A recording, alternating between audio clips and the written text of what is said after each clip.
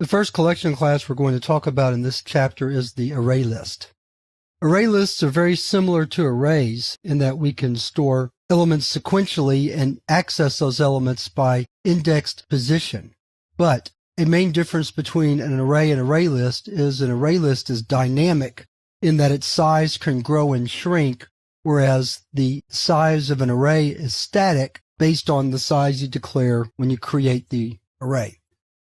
So let's take a look at how to work with array lists in Java. We're going to call our program alist.java. Notice the capital L in list. First thing we need to do is import the array list class. So we import java.util.arraylist. Our class is called alist.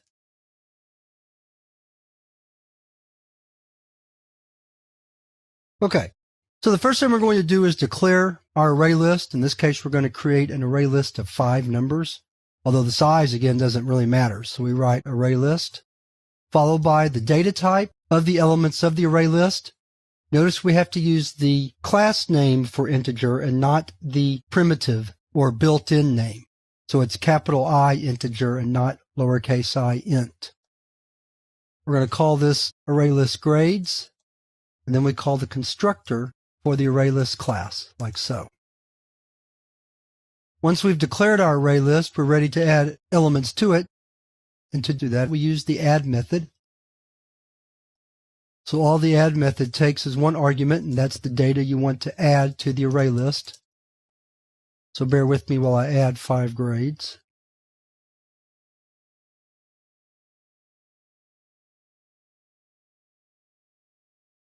Now that we've added the elements to the array list, we're ready to access them.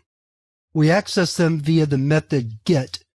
Get will take an indexed argument and will return the element at that indexed position.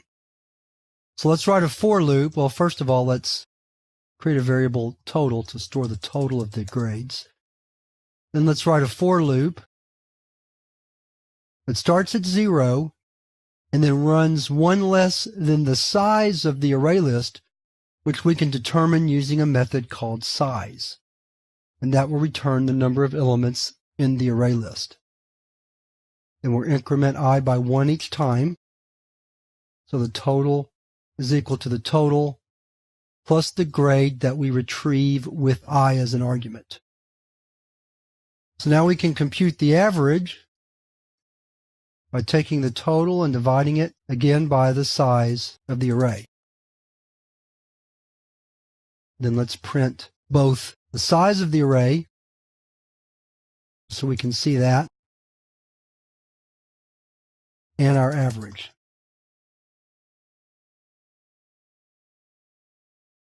All right, then let's close everything out. Save our file. And let's run it. There we go. So we see we have the size of your grades is 5 because there's 5 elements in the array list, and the average is 80. One of the advantages to using a collection class like the array list over the array is that we can use other means of accessing the elements rather than just a good old-fashioned for loop.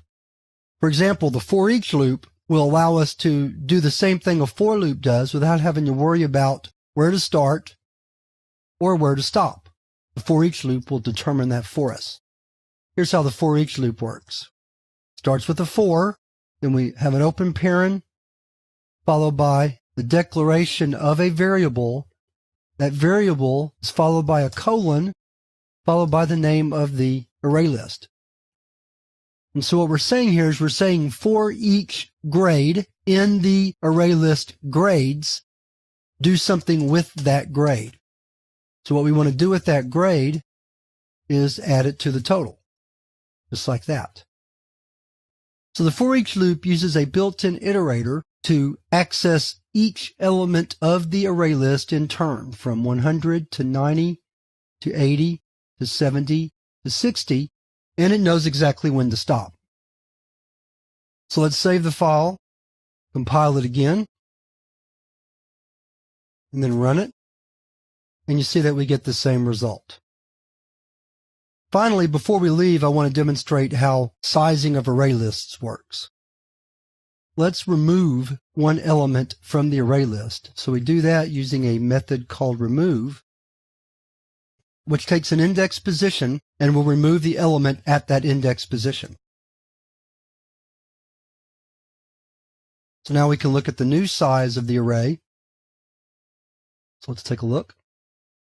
Save it. Compile and run. Now we see that the size is 4. Now let's add 2 more elements in. Let's add 60 back. And then let's add 50. And let's print out the size again. We'll change the heading on that a little bit to newer size. There we go. Save the file, compile, and then run. And you see that now the size is 6. So there are 2 main advantages to using array lists over arrays. One, we can take advantage of the for each loop to make it easier and safer to access all of the elements of our collection, in this case an array list. And we can use the fact that array lists are dynamic to remove elements that we don't need and add new elements in without worrying about whether or not we've gone beyond the size of the initially declared array, because array lists grow and shrink as you need them to. And with that, we've wrapped up this lesson on array lists.